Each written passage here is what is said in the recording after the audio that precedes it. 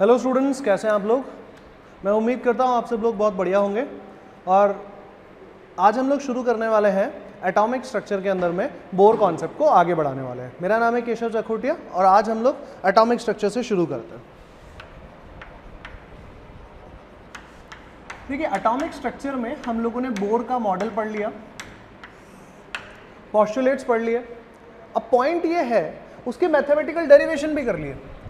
But दिक्कत ये आ रही है कि बोर को कैसे पता चला कि हाइड्रोजन का स्पेक्ट्रम होता है। बोर ने भी तो कोई कुछ सोच के बोला होगा ना। बोर ने कैसे हमको एक फॉर्मूला दिया।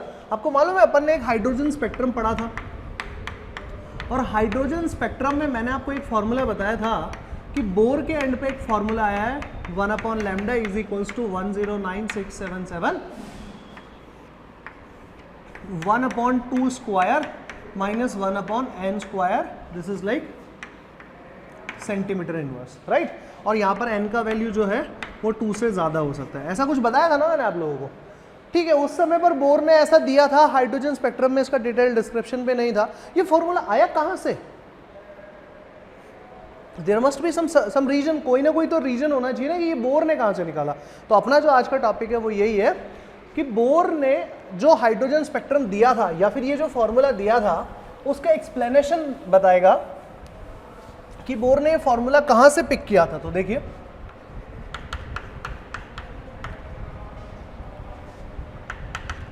Explanation of hydrogen spectrum given by bore. Bore ने जो दिया था वो उसका देखो क्या था। तो देखो, ये तो हम जानते ही हैं कि अब स्पेक्ट्रम का क्या फंडा है। स्पेक्ट्रम का फंडा है कि या तो इलेक्ट्रॉन कहाँ जाए, हायर एनर्जी लेवल से लोअर एनर्जी लेवल पे आए या लोअर से हायर पे जाए। वो इसी की बात क्यों कर रहे हैं? क्योंकि देखो, हाइड्रोजन स्पेक्ट्रम जो था उसकी कुछ कैरेक्टरिस्टिक है अपने पास में। वो कैरेक्टरिस्टिक क्या है? ये कैसा स्पेक्ट्रम है? डिसकंटिन्यूअस, असतत स्पेक्ट्रम है। और इसको क्या बोल देते हैं? और इसको अपन बोल देते हैं लाइन स्पेक्ट्रम, बोलते हैं रेखीय स्पेक्ट्रम भी बोलते हैं। और हम सब जानते हैं कि ये स्पेक्ट्रम दो टाइप के होते हैं, एक होता है एब्जॉर्प्शन और एक होता है एमिजन, यही होता है, ठीक है। तो अब देखो, अपन एमिजन एब्जॉर्प्शन इनकी बात बाद में कर लेते हैं, पहले एक बेसिक कॉन्सेप्ट की बात करते हैं। लेकिन उससे मुझे एक चीज समझ में आती है, जो भी बेसिक कॉन्सेप्ट की आप बात करोगे उससे एक चीज ये समझ में आती है, वो ये है, देखिए, किसी भी कंपोनेंट के लिए जैसे एक सिंपल सा लॉजिक लगाते हैं। देखो, एनर्जी का एक फॉर्मूला और लिख रहा हूं मैं यहाँ पर, जैसे अपन लोगों ने काफी सारे फॉर्मूला लिखे थे ना, -13.6 Z²/n² इलेक्ट्रॉन वोल्ट लिखा था। इसी तरह से एक फॉर्मूला यह भी लिखा जा सकता है -2.18 × 10⁻⁻18 Z²/n², ये हो जाएगा अपना जूल। ये एनर्जी किसके अंदर में आती है? जूल में आती है। अच्छा, आपको कंफ्यूजन हो रहा होगा कि बोले सर ये जूल, किलो जूल, अपन ने वो क्या पढ़ा था? किलो जूल पर मोल में पढ़ा था, याद रखो उस बात को, राइट। ये किलो जूल पर मोल में नहीं है, ये वैल्यू सिर्फ है जूल के अंदर में, ठीक है। ये फॉर्मूला भी अपन लिख सकते हैं। तो ये तो अपन जानते ही नहीं, ये कहां से आया पहले ये बताओ। ये पार्ट तो बोर से ही आया ना, ये फॉर्मूला तो कोई नया नहीं है ना, बस इसमें तो हमने यूनिट चेंज किया ना, यस और नो। और अगर आपको फिर भी इसमें दिक्कत हो रहा है तो अपन इसको ऐसा लिख सकते हैं, 1 electron volt is equals to 1.6 × 10⁻⁻22 -19 joules. ये अपन इसके अंदर में वैल्यू पुट कर देंगे तो ये डेटा जूल्स में आ जाएगा, राइट। ये जो यूनिट है ये इलेक्ट्रॉन वोल्ट पर एटम होती है, यहां पर भी ये क्या हो जाएगा? जूल पर एटम हो जाएगा, राइट। अब मुझे देखो, अब अगर अपन स्पेक्ट्रम की बात करेंगे तो इसका मतलब हुआ कि किसी एक शेल से इलेक्ट्रॉन निकलेगा और वो दूसरे शेल में जाएगा, राइट। तो अपन क्या करते हैं? अपन कैलकुलेट करना चाहते हैं चेंज इन एनर्जी। अपन क्या कैलकुलेट करना चाहते हैं? चेंज इन एनर्जी कैलकुलेट करना चाहते हैं, दैट इज डेल ई। तो डेल ई कैसे कैलकुलेट करें? तो हम सब जानते हैं del E is equals to E2 - E1, और आप चाहें तो इसको ऐसा भी लिख सकते हैं E final minus E initial, right. अब आप देखो, E final minus E initial का क्या फंडा है, कैसे इसको सॉल्व करते हैं वो देखो एक बार। देखो, अब अगर अपन En लिखा है तो इनिशियली किस में था? इनिशियली जैसे मैंने लिख दिया कि यहाँ पर ये I था, तो यहां पर भी तो ये एन आई में ही होगा ना, इनिशियल शेल में ही तो होगा। तो यहां पर इसका फॉर्मूला ऐसा लिखा जा सकता है क्या, -2.18 इंटू 10⁻⁻18 जेड स्क्वायर की जगह जेड स्क्वायर, यहां पे हो गया एन फाइनल का स्क्वायर क्योंकि फाइनल की बात हो रही है, माइनस और यहां पे लिख दीजिए माइनस में 2.18 into 10⁻⁻18 Z square upon N initial का स्क्वायर, यही तो होगा। तो देखो अल्टीमेटली अपन इसको जब सॉल्व करते हैं तो सॉल्व करने पे क्या आता है, del E is equals to 2.18 into 10⁻⁻18 बाहर निकाल लो, अंदर क्या बचा, अंदर आपके पास बचा 1 अपॉन एन इनिशियल का स्क्वायर, क्यों, माइनस माइनस ये डेटा तो प्लस हो जाएगा और माइनस उसी के साथ लगा रहेगा, तो यहां पर आ जाएगा -1 अपॉन एन फाइनल का स्क्वायर। इस फॉर्मूला को आगे बढ़ाने से पहले बता देता हूं Ni और Nf का मतलब क्या है। Ni का मतलब shell in which electron present initial, और Nf का मतलब shell in which electron present after motion. Movement किया उसने, एक शेल से दूसरे शेल में आया, तो मोशन के बाद मूवमेंट किया ना, एक शेल से दूसरे में जा रहा है, दूसरे से तीसरे में जा रहा है, तो ये जो मूवमेंट किया, ये मूवमेंट को अपन मोशन बोल रहे हैं। तो ये Ni और Nf का मतलब ये है, राइट। अपने को इससे मतलब नहीं है, अपने को मतलब किस चीज से, अपने को तो मतलब है न्यू बार से, क्योंकि अपने को तो जो फॉर्मूला बोर ने दिया था वो न्यू बार का ही दिया था ना। तो देखो क्या है भाई, देखते हैं एक बार इस फॉर्मूला को as per Bohr's atomic model है ना। तो देखो फ्रॉम बोर्स एटॉमिक मॉडल ऐसा लिखा जा सकता है क्या, del E is equals to H nu, sorry लिखा जा सकता है, यस और नो लिखा जा सकता है ना। आप लोग को ध्यान होगा बोर्स फ्रीक्वेंसी रूल जिसको बोलते हैं अपन लोग, कि बोर का आवर्ती नियम जिसको बोला जाता है, वो यही तो था, nu is equals to del E by H. तो डेल ई की जगह ये लिखा जा सकता है। तो देखो अल्टीमेटली क्या कर सकते हैं अपन लोग, ऐसा लिख सकते हैं क्या, nu is equals to 2.18 into 10⁻⁻18 1 upon N initial square upon 1 अपॉन एफ फाइनल स्क्वायर, और यहाँ पे अपन लोगों ने डिवाइड कर दिया h से। h का वैल्यू क्या होता है 6.63 इंटू 10⁻⁻34, यहाँ पे लिख दीजिए 6.63 into 10⁻⁻34। Nu is equals to, यहाँ पे नियरली ये डेटा आ जाएगा 3.3 मान लो इंटू 10⁻⁻18 प्लस 34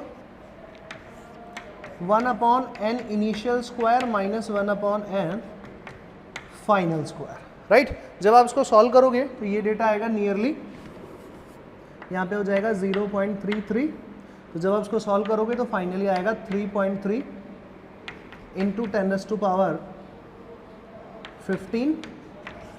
और ये पूरा का पूरा टर्म यहाँ पर आ जाएगा। ये आया न्यू। लेकिन मुझे न्यू से भी कोई मतलब नहीं है, न्यू मतलब मुझे फ्रीक्वेंसी नहीं चाहिए। फ्रीक्वेंसी क्वेश्चन में पूछेगा तो अपन इसको सॉल्व कर लेंगे, लेकिन अपन से फिलहाल अपन तो अभी क्या डिस्कस कर रहे हैं, हाइड्रोजन स्पेक्ट्रम का जो एक्सप्लेनेशन, बोर ने फॉर्मूला कहां से दे दिया, बोर को फॉर्मूला कहां से समझ में आया। तो बस वही चीज अपन जानने की कोशिश कर रहे हैं कि बोर ने जो अपना मॉडल दिया था, देखो उसमें से एक चीज ये यूज कर ली, बोर ने जो अपना मॉडल दिया था उससे इसने एनर्जी का एक्सप्रेशन यूज कर लिया।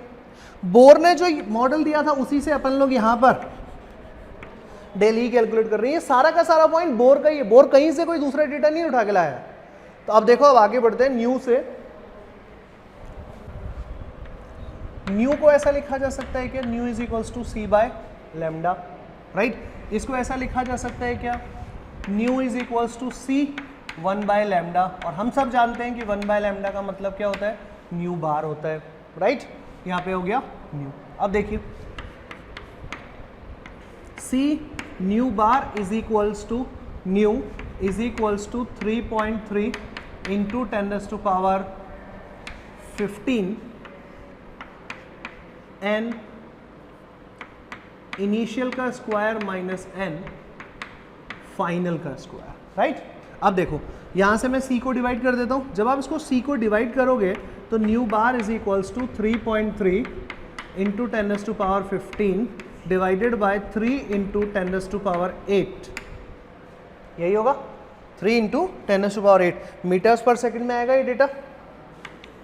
और आपको अगर ऐसा कंफ्यूजन है तो आप यहाँ पे देख लो, न्यू जो है वो किस में होना चाहिए, सेंटीमीटर, सॉरी सेकंड इनवर्स में होना चाहिए, तो यहाँ पे यूनिट लिख देते हैं सेकंड इनवर्स, और यहाँ पे इसका यूनिट लिख देते हैं मीटर पर सेकंड, और ये डेटा एज इट इज रहने देते हैं, एन इनिशियल का स्क्वायर अपॉन में एन फाइनल का स्क्वायर, ठीक है। सेकंड इनवर्स से सेकंड इनवर्स कैंसिल आउट हो गया। अल्टीमेटली जब आप इसको सॉल्व करोगे 1.09677 इंटू 10⁻7 ब्रैकेट आएगा 1/n initial square upon 1/f final square, और इसका जो यूनिट है वो आ जाएगा मीटर इनवर्स, क्योंकि 1/मीटर को क्या बोलना चाहिए, मीटर इनवर्स, ठीक है। इधर देखो, अब इस मीटर इनवर्स को सेंटीमीटर इनवर्स में कन्वर्ट करेंगे तो यहाँ पे पावर आ जाएगा 10⁵, इन दोनों को मल्टीप्लाई कर दे तो यहाँ पे हो जाएगा 109,677 1/n इनिशियल का स्क्वायर अपॉन 1/f फाइनल का स्क्वायर, ये हो गया सेंटीमीटर इनवर्स। देखो थोड़ा थोड़ा तो ये जो डेटा है बोर ने जो फॉर्मूला दिया था उससे मिलने लग गया, लेकिन अभी भी जो अपन को चाहिए वो एज इट इज पार्ट तो नहीं मिल रहा ना। तो देखिए वो एज इट इज पार्ट कैसे मिलेगा, एक बार देखते हैं।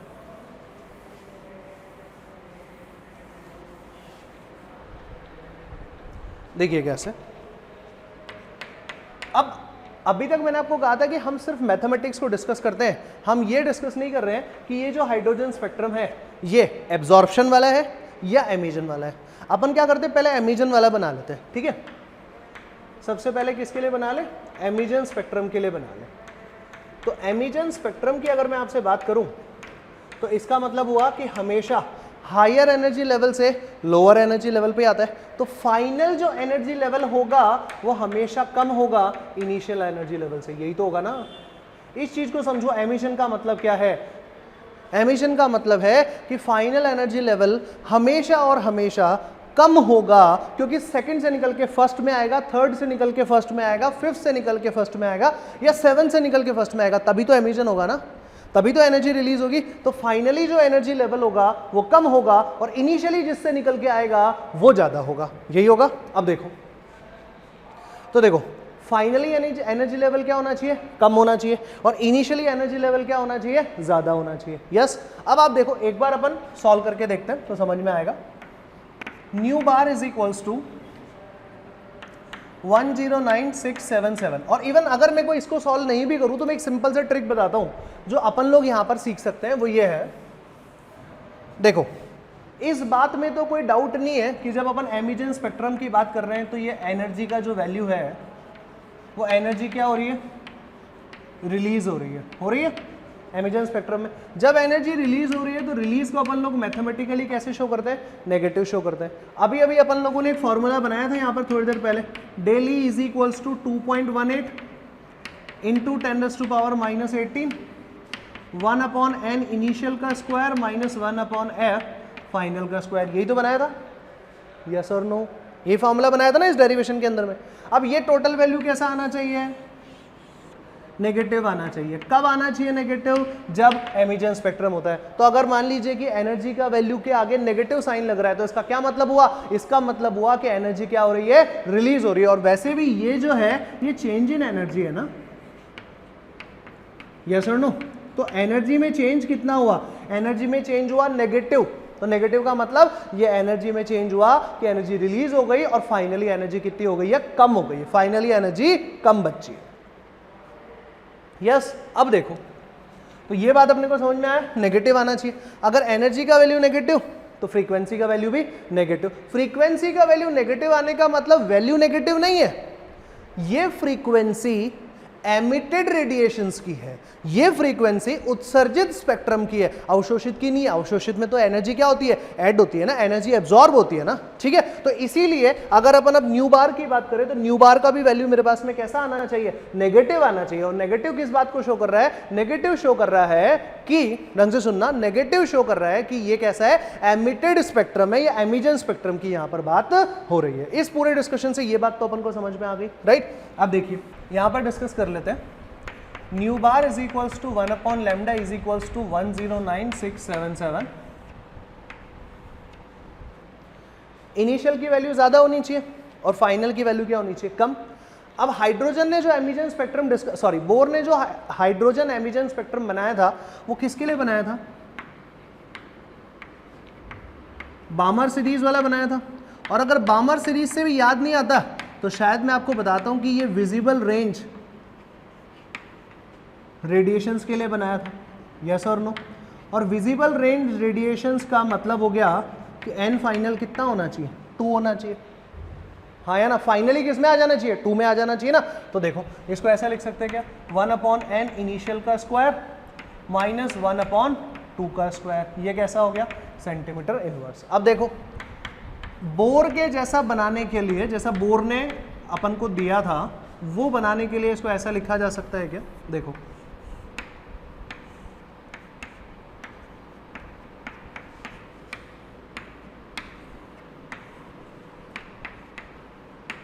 ऐसा बनाया जा सकता है क्या, देखो, राइट। यही तो फॉर्मूला दिया था बोर ने।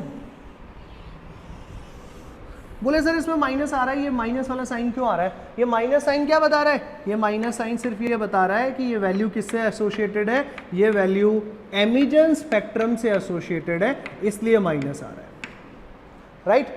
अगर एब्जॉर्प्शन स्पेक्ट्रम होता तो एनर्जी एब्जॉर्ब करता और हायर एनर्जी लेवल पे जाता, तो उस केस में क्या होता, उस केस के अंदर में एनर्जी कैसी आती, चेंज इन एनर्जी कैसा होता, पॉजिटिव होता, राइट। देखो कैसे, फाइनली क्या होता, ज्यादा, और इनिशियल क्या होता, कम होता ना। 1 से निकल के 2 पे गया, 1 से निकल के 4 पे गया, 1 से निकल के 6 के पे गया, तो इसका मतलब क्या हो गया, फाइनली तो ज्यादा वाले हायर एनर्जी लेवल पे ही है ना। तो अब आप देखो जब भी अपन एनर्जी की बात करते हैं तो एब्जॉर्प्शन स्पेक्ट्रम में एनर्जी एब्जॉर्ब होती है, सिंबॉलिकली कैसे रिप्रेजेंट करोगे, प्लस से रिप्रेजेंट करोगे। तो ये जो वैल्यू है इस पूरे का वैल्यू, एनर्जी का वैल्यू कैसा आना चाहिए, प्लस आना चाहिए। एनर्जी का वैल्यू प्लस तो फ्रीक्वेंसी का वैल्यू प्लस, फ्रीक्वेंसी का वैल्यू प्लस तो न्यू बार का वैल्यू भी कैसा आना चाहिए, प्लस आना चाहिए, राइट। तो ये जो आगे माइनस और प्लस साइन आता है वो क्या बताता है, माइनस और प्लस साइन सिर्फ इतनी बात बताता है आपको कि माइनस आया तो एमिजन स्पेक्ट्रम है और प्लस आया तो एब्जॉर्प्शन स्पेक्ट्रम है, राइट। और उसने अपन को जो फॉर्मूला दिया था वो यही तो दिया था ना, आ गया बात समझ में। तो देखिए बोर जो है वो क्या क्या समझा पाया वो एक बार अपन डिस्कस कर लेते हैं और फिर फाइनली बोर पे 1-2 क्वेश्चन कंप्लीट करते हैं। बोर अपन को क्या क्या समझा पाया था, देखो बोर ने क्या क्या समझाया था। देखो पहली चीज, बोर ने ये कहा अपन को कि, ढंग से सुनना, बोर ने ये कहा अपन को कि एटम के अंदर में इलेक्ट्रॉन्स जो होते हैं वो सर्टेन शेल्स के अंदर में घूमते रहते हैं, और वो क्या करते हैं, हाइड्रोजन की बात कर रहे हैं तो वो फर्स्ट शेल में रहते हैं, मतलब ग्राउंड स्टेट पे रहते हैं। तो इसका मतलब उसने क्या किया, एटम की स्टेबिलिटी के बारे में बताया,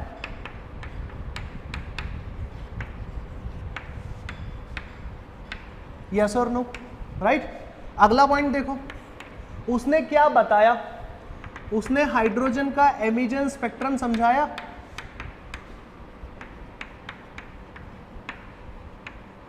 यस, राइट ना, ठीक है।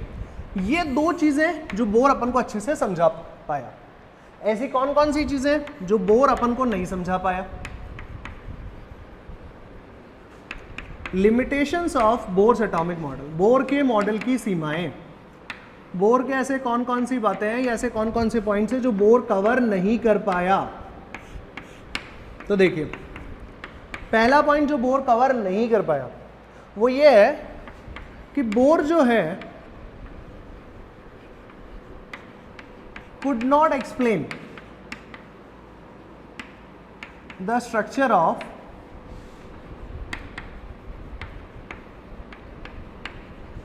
Multi electron atom. एक से ज़्यादा इलेक्ट्रॉन वाले का क्या स्ट्रक्चर होता है उसके बारे में नहीं बता पाया। देखो इसने कहा कि ये जो मॉडल है ये मॉडल किसके लिए था, ये मॉडल सिर्फ और सिर्फ हाइड्रोजन या फिर हाइड्रोजन के जैसे जो एटम्स होते हैं, है ना, हाइड्रोजन लाइक स्पीशीज के लिए ही था ये, और किसी को बारे में कुछ समझा ही नहीं पाता था, राइट। एक और चीज देखते हैं, ये 2 पॉइंट तो समझ में नहीं आ गए। मैंने कहा जी आप मुझे सोडियम का स्ट्रक्चर समझा दीजिए, तो सोडियम में 11 इलेक्ट्रॉन होते हैं, दैट इज नॉट पॉसिबल कि हम उसको किससे समझा सकें, बोर के मॉडल से समझा सकें, वो हम नहीं समझा पाएंगे, ठीक है। कहने को तो बोर ने क्या किया था, हाइड्रोजन एमिशन स्पेक्ट्रम समझाया था, राइट। लेकिन आप लोगों को मैंने क्वेश्चन कराया था क्या कि शेल नंबर 3 से शेल नंबर 2 में जब कोई भी इलेक्ट्रॉन आता है तो बताइए कितनी फाइन लाइंस बनती हैं। तो आपने मुझे क्या बताया था, शेल नंबर 3 से जब शेल नंबर 2 पे कोई चीज आ जाती है या इलेक्ट्रॉन आ जाता है तो यहां पर कितनी फाइन लाइंस बनती है, 6 फाइन लाइंस बनती है, राइट।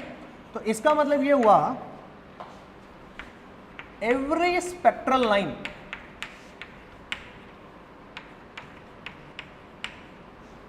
अब देखो यहां पे 6 फाइन लाइंस बनती हैं। अगर आपको डाउट है तो मैं वापस समझा देता हूं, फिर पॉइंट लिखूंगा। ये देखो थर्ड शेल की अगर मैं आपसे बात करूं तो थर्ड शेल में मेरे पास में 3 कंपोनेंट है।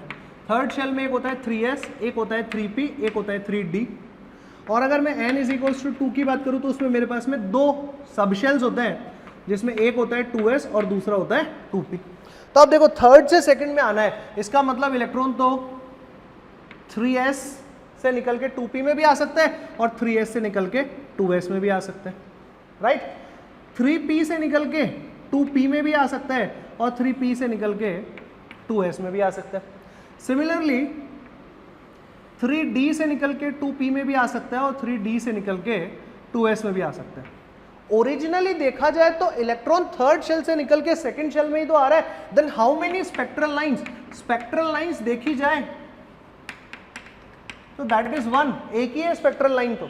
लेकिन ओरिजिनली अगर अपन इसको डीप करके देखेंगे, इसके बहुत डिटेल में जाएंगे, then we find that how many fine lines are there, कितनी सूक्ष्म रेखाएं आ गई हैं, 6 फाइन लाइंस आ गई हैं। किसी किसी में 2 ही आती है, किसी में 3 आती है, किसी में 4 आती है, किसी किसी केस में 6 भी आ जाती है, यस और नो। तो इसका मतलब एवरी स्पेक्ट्रल लाइन, हर स्पेक्ट्रल लाइन जो होती है वो बहुत सारी फाइन लाइंस का कॉम्बिनेशन होती है, बहुत सारी फाइन लाइंस का कॉम्बिनेशन होती है। बट देखो बोर ने तो हमारे को सिर्फ एक ही चीज बताई थी, बोर ने तो ये कहा था कि इलेक्ट्रॉन कहाँ रहते हैं, शेल में रहते हैं।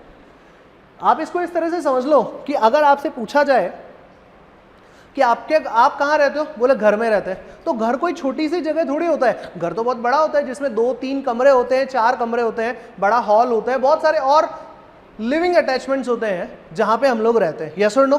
तो आपको बोला घर में रहते हो, तो क्या पूरे घर में ही आप रहते हो क्या, एक बार में तो एक ही जगह रह सकते हो ना, राइट और रॉन्ग। तो इसका मतलब हुआ कि जो स्पेक्ट्रल लाइन बन रही है वो कैसी होती है, देखो ढंग से, is composed of several fine lines that could not be explained by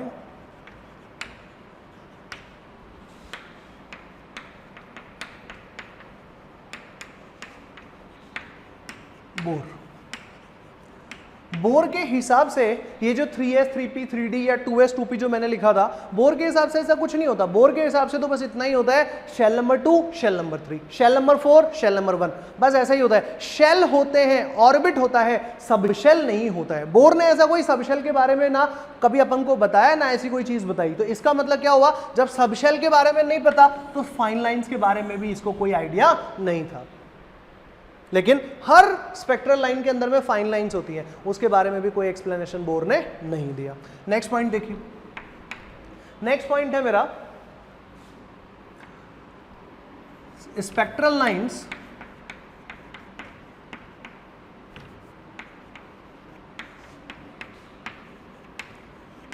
gate splitted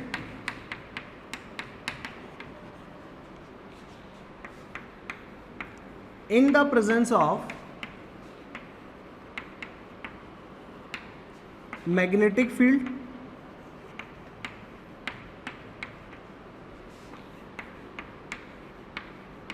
ठीक है। स्पेक्ट्रल लाइंस जो है वो बिखर जाती हैं किसके प्रेजेंस में? मैग्नेटिक फील्ड की प्रेजेंस में।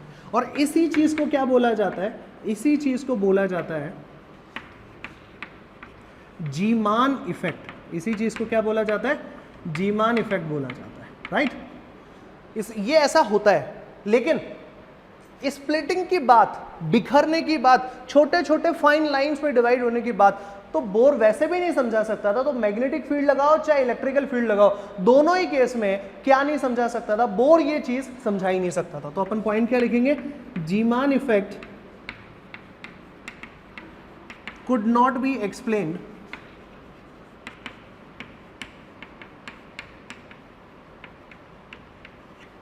बाय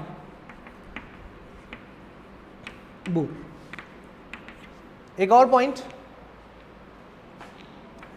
यही सेम पॉइंट है जो ऊपर लिखा है, spectral lines get splitted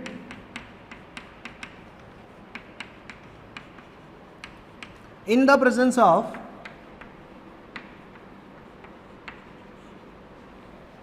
electrical field, और इस चीज को क्या बोलते हैं? स्टार्क इफेक्ट बोलते हैं। That could not be explained by Bohr।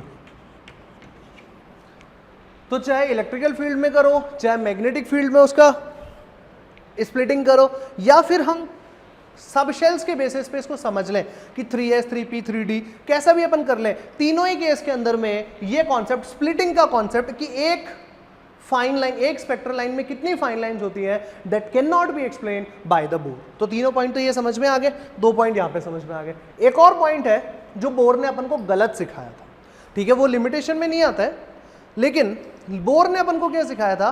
Bore ने अपन को सिखाया कि जो उसकी रेडियस होती है, जिसमें इलेक्ट्रॉन क्या जो ऑर्बिट होती है वो कैसी होती है? उसकी फिक्स रेडियस होती है, राइट।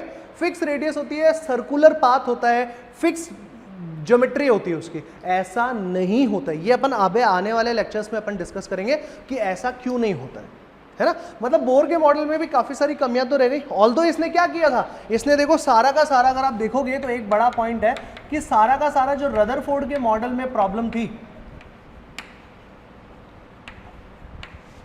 है ना, मॉडल की जो लिमिटेशंस थी वो सारी की सारी लिमिटेशंस इसने क्या कर दी थी?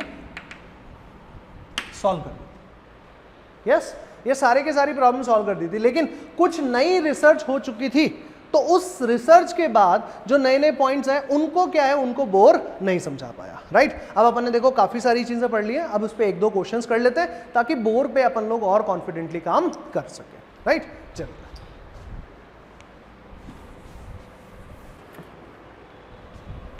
Question number 1, calculate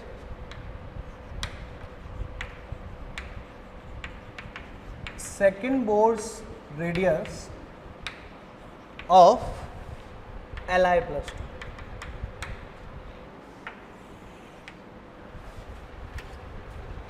Next question.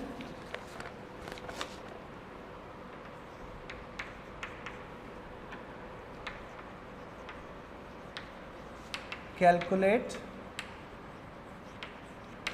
energy of electron present in first orbit of He plus। ठीक है, कुछ क्वेश्चन सॉल्व करेंगे, लेकिन पहले इसको देख लेते हैं। बड़ा सिंपल से पार्ट है, देखो कैसे। कैलकुलेट क्या करना है? रेडियस कैलकुलेट करनी है। रेडियस का फॉर्मूला बोलो, Rn is equals to 0.529 n square by z into में 10⁻⁻10 मीटर्स में आता है, राइट। अपन पहले देख लेते हैं इसमें क्या क्या गिवन है। तो n is equals to 2 given है, सेकेंड ऑर्बिट। और अगर आप देखोगे कि z मतलब होता है एटॉमिक नंबर, और एटॉमिक नंबर कितना होना चाहिए? 3। n और z का वैल्यू मिल गया, सॉल्व कर सकते हैं। अब आप चाहो तो इसको ऐसा भी लिख सकते हो, 52.9 n की जगह n का स्क्वायर करोगे तो 4, यहाँ पे आ जाएगा 3, और यहाँ पे आप यूनिट लिख दीजिए पिकोमीटर्स। तो देखिए बच्चों, अगर आप लोग स्कूल के पॉइंट ऑफ व्यू से बात कर रहे हो तो आप लोगों को ये क्वेश्चन में जरूर गिवन होगा, जैसा इन एंगस्ट्रॉम्स, इन पिकोमीटर्स, ठीक है, इन मीटर्स, ये आपको जरूर वो क्वेश्चन में बताएगा कि आपको किस यूनिट में कैलकुलेट करना है। लेकिन कंपटीशन के पॉइंट ऑफ व्यू से देखें तो कंपटीशन में ऐसा नहीं होता। कंपटीशन में या तो आंसर मीटर में लिखा हुआ होगा, या आंसर पिकोमीटर्स में दिए हुए होंगे, चारों आंसर से, राइट, या फिर नैनोमीटर्स में, या फिर एंगस्ट्रॉम में गिवन होंगे। तो आपको ये ध्यान रखना है, इसलिए आपको 2-2, 3-3 जो फॉर्मूले लिखवाए थे वो आप लोगों को पता होने चाहिए, राइट। तो इसको जब अपन सॉल्व कर लेंगे आंसर आ जाएगा क्या, ठीक है। इसका आंसर नियरली अपना आ जाएगा से नियरली 78 के आसपास आ जाएगा, ऐसा मान लो, है ना। 78 और 72 के आसपास आएगा, सॉरी 72 पिकोमीटर्स। ये नियर आंसर है ना, एग्जैक्ट नहीं है। एग्जैक्ट मैथमेटिक्स पे मैं अभी जा भी नहीं रहा हूँ, मेरा कॉन्सेप्ट है अभी, मेरा काम है अभी आपको ये चीज़ें सिखाना, क्वेश्चन को रीड कैसे करना है, राइट। यहाँ तक समझ में आया। अगला देखिए, अगला क्या है, कैलकुलेट एनर्जी। एनर्जी कैलकुलेट करनी है तो En is equals to minus में 2.18 इंटू 10⁻⁻18 z² बाई n², और यहाँ पे ये हो जाता है जूल। और वैसे भी आपको तो He प्लस की करनी है ना, एटम के लिए ही तो करना है। तो एक एटम के लिए अगर आप एनर्जी कैलकुलेट करते हो तो यही फॉर्मूला लगना चाहिए, राइट। तो यहाँ पे हो जाएगा, पहले चेक करो n और z कितना दे रखा है। फर्स्ट ऑर्बिट दे रखा है, इसका मतलब n का वैल्यू 1, और z एटॉमिक नंबर हीलियम के लिए कैलकुलेट करना है, तो एटॉमिक नंबर हो गया यहाँ पर 2। क्वेश्चन से आपको ये डेटा निकालना आना चाहिए, राइट। आगे बढ़ते हैं। तो देखो En is equals to minus 2.18 into 10⁻⁻18, z² की जगह वैल्यू आएगा 4, n² की जगह वैल्यू आएगा n, यूनिट हो जाएगा जूल्स, ठीक है। इसको जब आप इसको इजीली सॉल्व कर सकते हैं तो क्या हो जाएगा, माइनस 8.72 इंटू 10⁻⁻18 जूल्स, ये हो जाएगा इसका वैल्यू, राइट। तो देखिए आप लोगों को ये समझ में आया कि किस तरह से क्वेश्चन कंप्लीट करना है, राइट। बहुत सिंपल क्वेश्चंस होते हैं, we need to understand the concept. Theoretically में भी क्या क्या क्वेश्चन बन सकते हैं थ्योरी के अंदर में अपन ने डिस्कस किए, न्यूमेरिकल्स कैसे बन सकते हैं वो अपन लोगों ने डिस्कस किए हैं यहाँ पर, राइट। तो this completes your today's lecture, and हम लोग इसके आगे डिस्कस करेंगे कि बोर के मॉडल को तो फेल कर दिया, बोर के मॉडल में तो 5-6 लिमिटेशंस आ गई, तो भाई कोई तो ऐसा मॉडल या कोई ऐसी चीज़ बनी होगी ना जिसपे नए मॉडल्स आए होंगे। तो ऐसी क्या थ्योरी थी, ऐसे कौन से नए मॉडल्स थे जो बोर के बाद बनाए गए, राइट। तो अपन इन सारी चीज़ों को डिस्कस करेंगे। That's all for this lecture, thank you very much.